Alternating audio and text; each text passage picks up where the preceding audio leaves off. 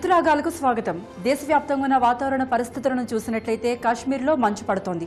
ఉత్తరప్రదేశ్తో పాటు అటు మధ్యప్రదేశ్లోనూ చలిగాలులు వీస్తున్నాయి. రాజస్థాన్లో అల్వర్లో 5 డిగ్రీల అత్యల్ప ఉష్ణోగ్రత నమోదవుతోంది. కేరళ రాష్ట్రంలో ఉష్ణోగ్రతలు సాధారణం కంటే 5 డిగ్రీలు ఎక్కువగా నమోదవుతున్నాయి. రాగల 24 గంటల్లో తమిళనాడులో ఉరుములతో వర్షాలు కురిసే అవకాశాలున్నాయి. ఇక తెలంగాణ విషయానికి వస్తే రాష్ట్రంలో ఈదురుగాలులతో వర్షాలు కురుస్తున్నాయి.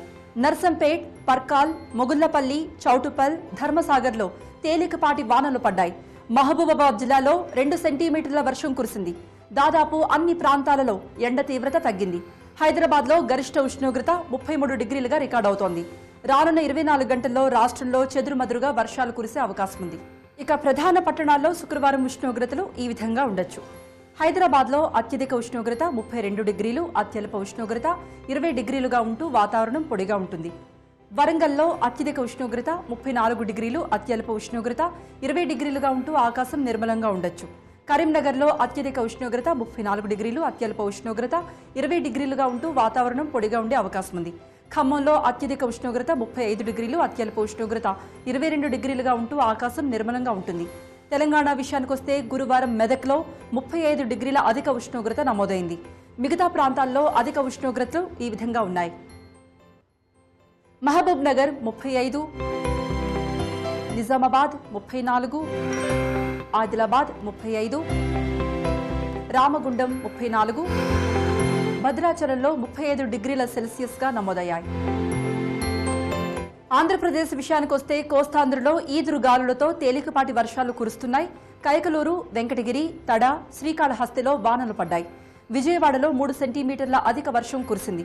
రాయలసీమలో పగటి ఉష్ణోగ్రతలు సాధారణం కంటే 5 డిగ్రీలు ఎక్కువగా నమోదవుతున్నాయి. రాగల 24 గంటల్లో కోస్తాంధ్రలో వర్షాలు పడే అవకాశాలున్నాయి.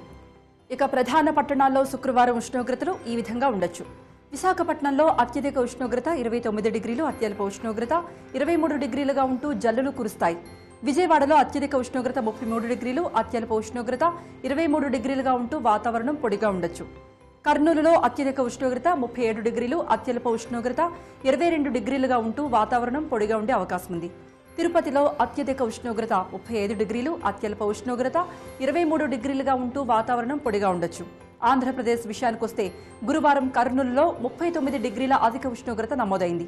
మిగతా ప్రాంతాల్లో అధిక ఉష్ణోగ్రతలు ఈ విధంగా ఉన్నాయి. అనంతపూర్ 38, కర్నూలు 39, కాకినాడ 33, బాపట్ల 32, నెల్లూరులో 33 డిగ్రీల సెల్సియస్గా నమోదైంది. రాగల 5 రోజుల్లో హైదరాబాద్లో వాతావరణం ఈ విధంగా ఉంటుంది. ఇవి ఇప్పటివరకున్న వాతావరణ పరిస్థితులు. లైవ్ న్యూస్ కోసం చూస్తూనే ఉండండి టీవీ 9.